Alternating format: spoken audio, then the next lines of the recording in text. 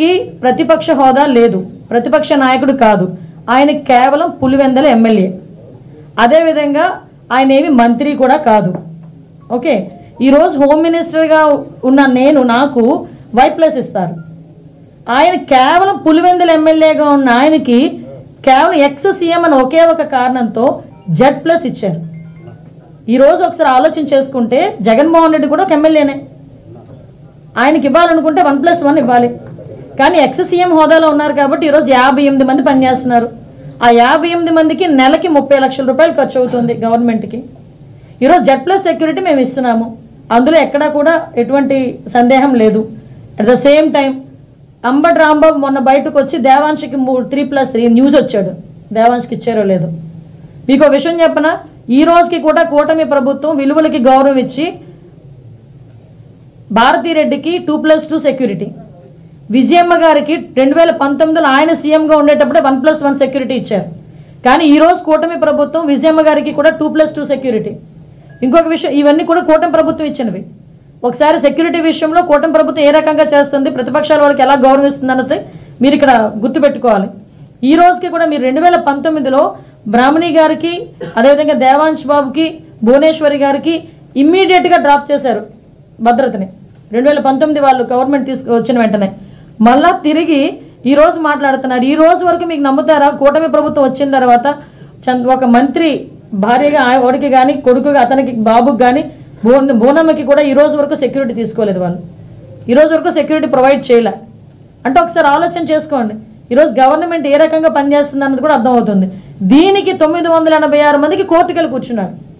As per norms, as per instructions మేమందరం కూడా government ఏ రకంగా చేయాలో ఆ రకంగా మేము చేస్తాం. కాబట్టి ఇందులో ఆయన రాజకీయ లబ్ధి గురించి మాట్లాడేదే తప్పించి అంతకుమించి వేరేదేమీ కాదు. 986 మందిని పెట్టుకొని ప్రజలను భయభ్రాంతులు చేశాడు తప్పించి ఆయన మీద ఏ కక్ష ఉందో, మరి ఆయన మీద ఎవరికి ఏ కక్ష ఉందో అయితే నాకైతే అర్థం కావట్లేదు. కోడికత్తి కేసు ఆయన చేయించుకున్నదన్న సంగతి ప్రపంచానికి అందరికీ తెలుసు. ఆ కోడికత్తి కేసులో నిజంగా ఆయన కనుక లేకపోతే ఈ కోడికత్తి కేసులో 5 సంవత్సరాలు ఎందుకు ఒక్కరోజు కూడా కోర్టుకు వెళ్ళిన పరిస్థితి రాలేదు? నిజంగా అధికారం సీఎం స్థాయిలో వచ్చిన తర్వాత కోడికత్తి ఎవడైనా హత్యాప్రయత్నం చేస్తే ఊరుకుంటామా? సాధారణంగా ఒక వార్డు మెంబర్ నెగ్గితేనే, ఎవడైనా కొట్టాడు, ఎవడైనా మోసం చేశాడంటే వార్డు మెంబర్ గెలిస్తేనే ఆ తాట తీయాలని, ఆడికి ఏదో శిక్ష పడాలని, ఆడికి జైలుకి వెళ్ళాలని ఏదో రకంగా ఆలోచిస్తాం. అటువంటిది సీఎం స్థాయిలో కూర్చున్నాడు, ఆయన మీద హత్యా ప్రయత్నం జరిగిందని ఆ రోజు ప్రచారం చేసుకున్న తర్వాత ఆ కోడికత్తి సిలిండ్ విషయంలో, కోడికత్తి కేసు విషయంలో ఎందుకు పురోగతి సాధించలే? 5 సంవత్సరాలు ఎందుకు కోర్టుకు వెళ్ళలేకపోయాడు? ఒకసారి ఆలోచన చేయండి. గులకరాయి ఇది ఏం జరిగిందో మనందరికీ తెలుసు. అప్పటికప్పుడు ప్లాస్టర్ ఎలా వచ్చిందో, ప్లాస్టర్ కింద ఏ దెబ్బ ఉందో, ఎన్ని కుట్లు పడినాయో అందరికీ తెలిసిందే. సో నేనేమంటానంటే గవర్నమెంట్ని ఏదో రకంగా ఇరకాటంలో పెట్టాలి, గవర్నమెంట్ని ఏదో రకంగా ఇబ్బంది పెట్టాలి అన్న ఒకే ఒక ఉద్దేశం తప్పించి ఇందులో వాస్తవాలు అయితే ఏమీ లేవు. ఇది క్లియర్ కట్గా జనాలకి తెలియాలి కాబట్టి చెప్తాను, అతనికి సమాధానం చెప్పడానికి కాదు. ఎందుకంటే ఏదో ఒక సందర్భంలో ప్రజలకు తెలియాలి. ఒక ఎమ్మెల్యేకి ఇవ్వాల్సిన 1+1 సెక్యూరిటీ కాకుండా ex-CMగా ఆయనకి ఇవ్వాల్సిన సెక్యూరిటీ 58 మందితో ఇస్తున్నాం ఈరోజు. అది పరిస్థితి. ఒకసారి మీరే ఆలోచన చేసుకోవాలి, కూడా ప్రజలు కూడా ఆలోచన చేసుకోవాలి.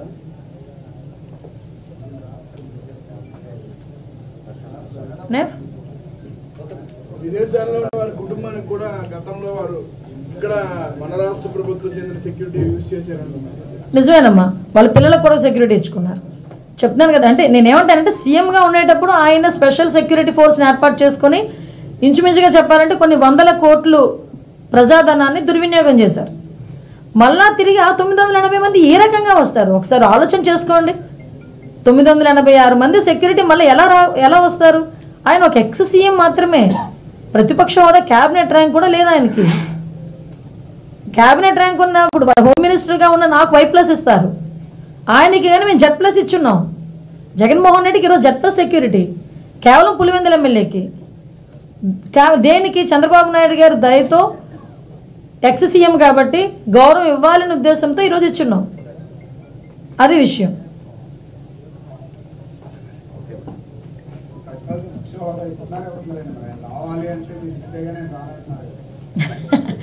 ఏదో అంటారు కదా, రాకుండా ఉండడానికి ఏదో ఒక వంక బాది, ఏ వంకలను డొంకబట్టి గేర్చాడట, అలా ఉంటుంది అతనితో పరిస్థితి.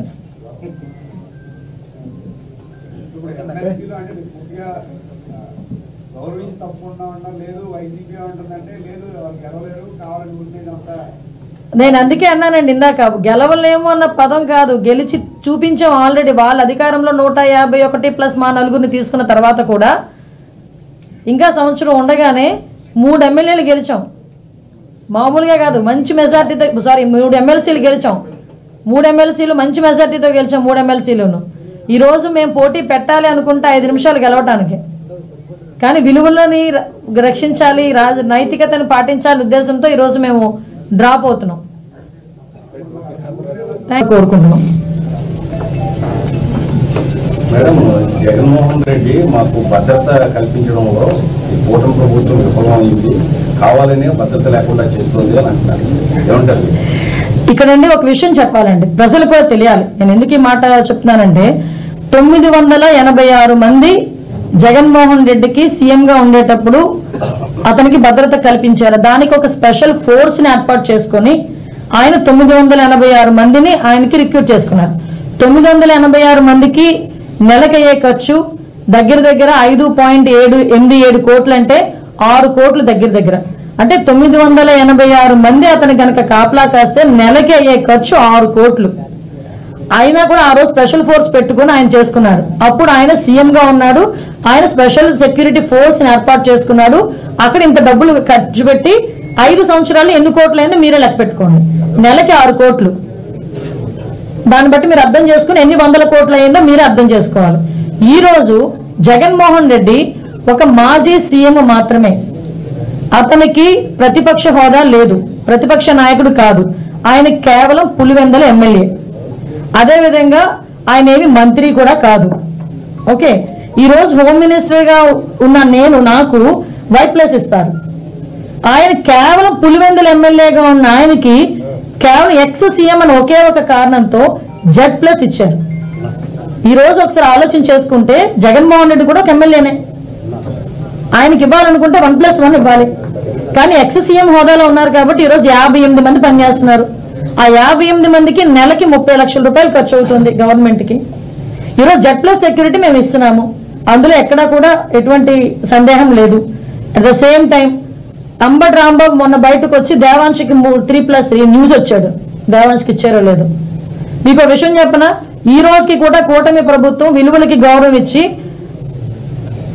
భారతీరెడ్డికి 2+2 సెక్యూరిటీ, విజయమ్మ గారికి 2019లో ఆయన సీఎంగా ఉండేటప్పుడే 1+1 సెక్యూరిటీ ఇచ్చారు. కానీ ఈ రోజు కూటమి ప్రభుత్వం విజయమ్మ గారికి కూడా 2+2 సెక్యూరిటీ. ఇంకొక విషయం, ఇవన్నీ కూడా కూటమి ప్రభుత్వం ఇచ్చినవి.